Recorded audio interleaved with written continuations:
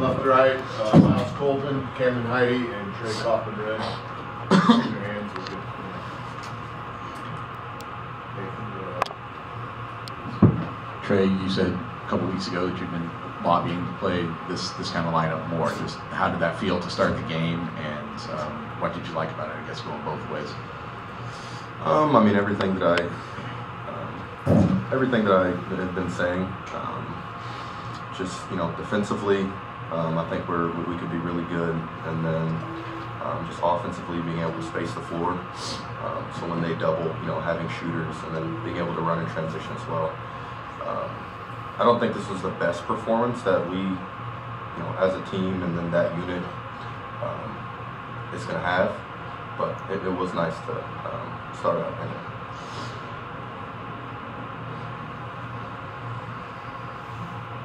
Myles and Cam, how differently are you engaged when you're starting the game on the floor versus coming in after that first media timeout? Just kind of being, from the get-go out there getting this team going. I'd say it's just kind of like the same preparation. Before the game, you kind of do the same routine.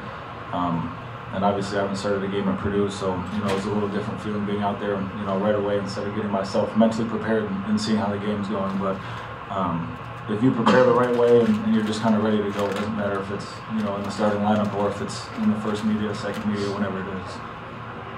Yeah, I think he said it perfectly. Just do the normal thing. Don't change anything, because I think the preparation that we've done that I've done and others have done just to get to the moment and to the starting point, I think has worked. So I think it's just continue to trust your work and just go out there and play your game. Trey, how have this year you stepped into a bigger role when it comes to leadership on the team? Sorry, I'm not finished.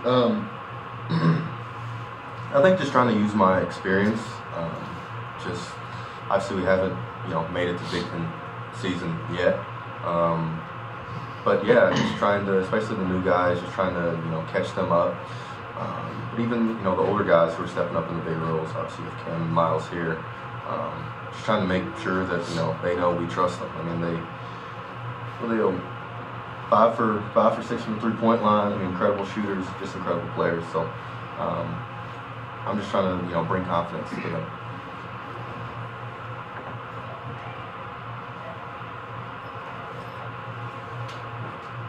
Cam, just in the way those lineups work offensively, you have to move into shots a lot more than you probably did last season. Pretty comfortable doing that right now, and is that something you prepare for this offseason, knowing you might be playing for us? Yeah, absolutely. With teams and how they have to guard Trey, that's kind of something that I've been working for, not only in practice, but the months in the summer leading up to this, kind of being in that 4 spot offensively.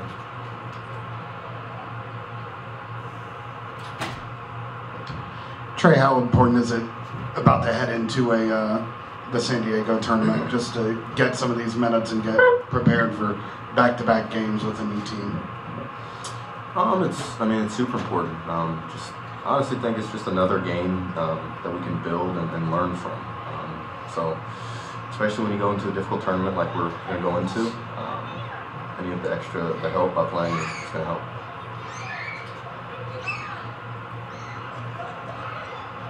For Cam and Myles, Cam, you said something about getting yourself mentally ready in a different way at this grade. Did you change your routines at all coming into the game? Anything you did differently, either physically or mentally, knowing that you had to be out there from the jump? For me, no.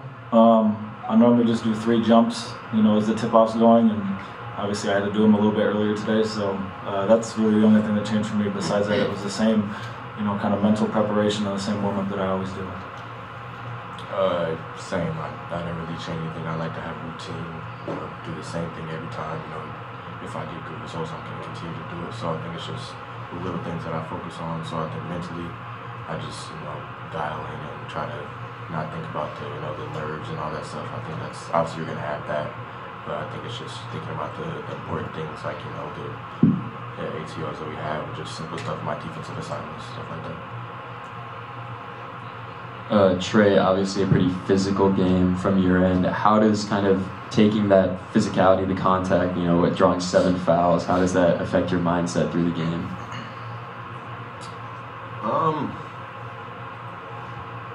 To be honest, I don't really know. I try to go out there and play. I'm generally a physical basketball player myself, so I think they tried to overdo it a little bit.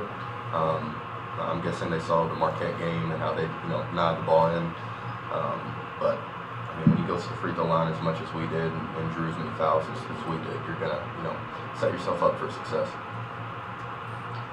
Myles, when did Matt let you know that you would be in the lineup? And was it a short conversation, a long conversation? How did that go? I think it was just a team conversation. He just let us know that he's switching the lineups, and we're not practicing.